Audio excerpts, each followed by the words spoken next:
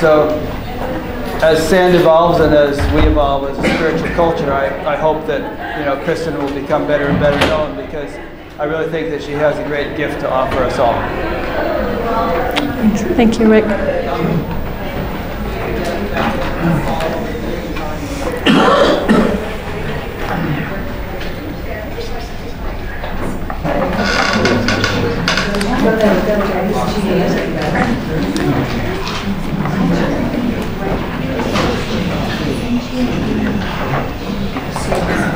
So what I would love to do is just start by acknowledging everybody's absolute gorgeousness.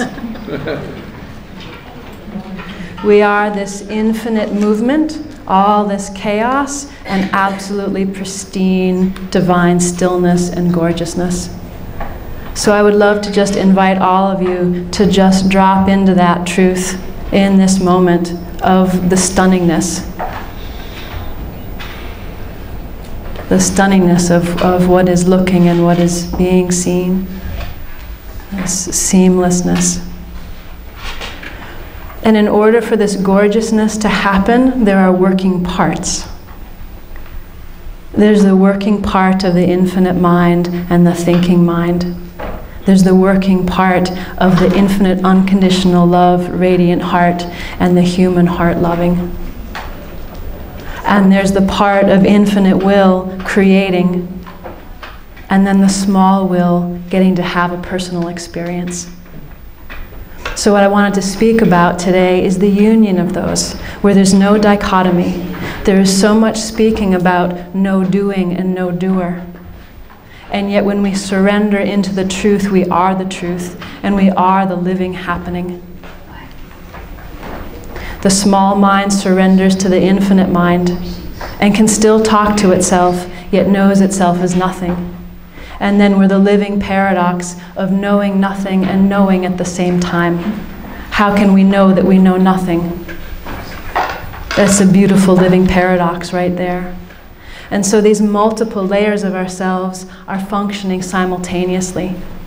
And as we surrender into the deeper aspects of ourself, we get to have the experience of a larger perspective, where we get to be infinite nothing and have a personal life that likes to put on scarves. So I'm interested in this, the surrendering that dichotomy of recognizing that we are the living being.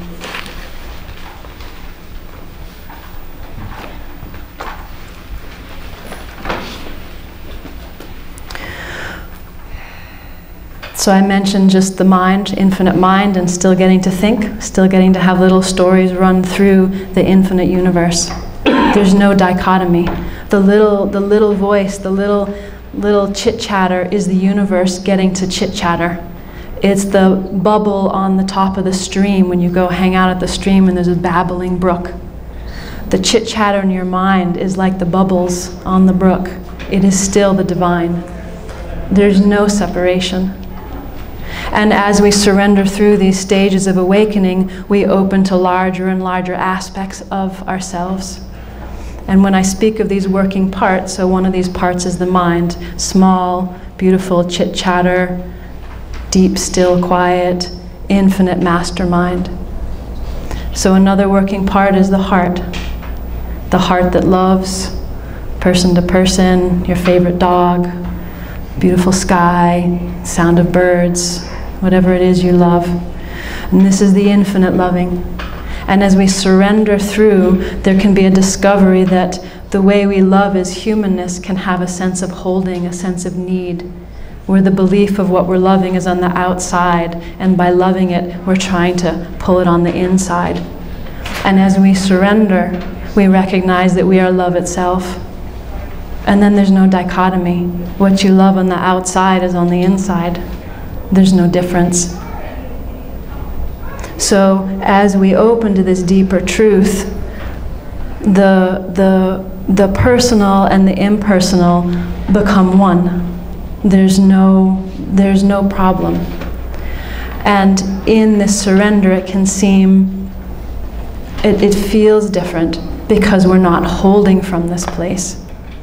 So I'm not holding on to my dog because I love my dog and I want my dog. There's a complete surrendered loving. And so in that infinite loving, there's no holding. The same way in the resting mind, chit-chatter isn't a problem, or chit-chatter doesn't happen. There's no problem with the small and the large.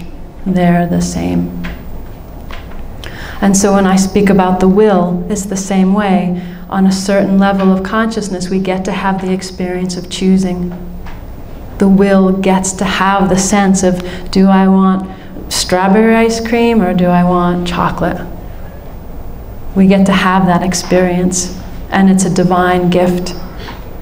And as we surrender through this aspect of our will, we can open up to a larger sense of will.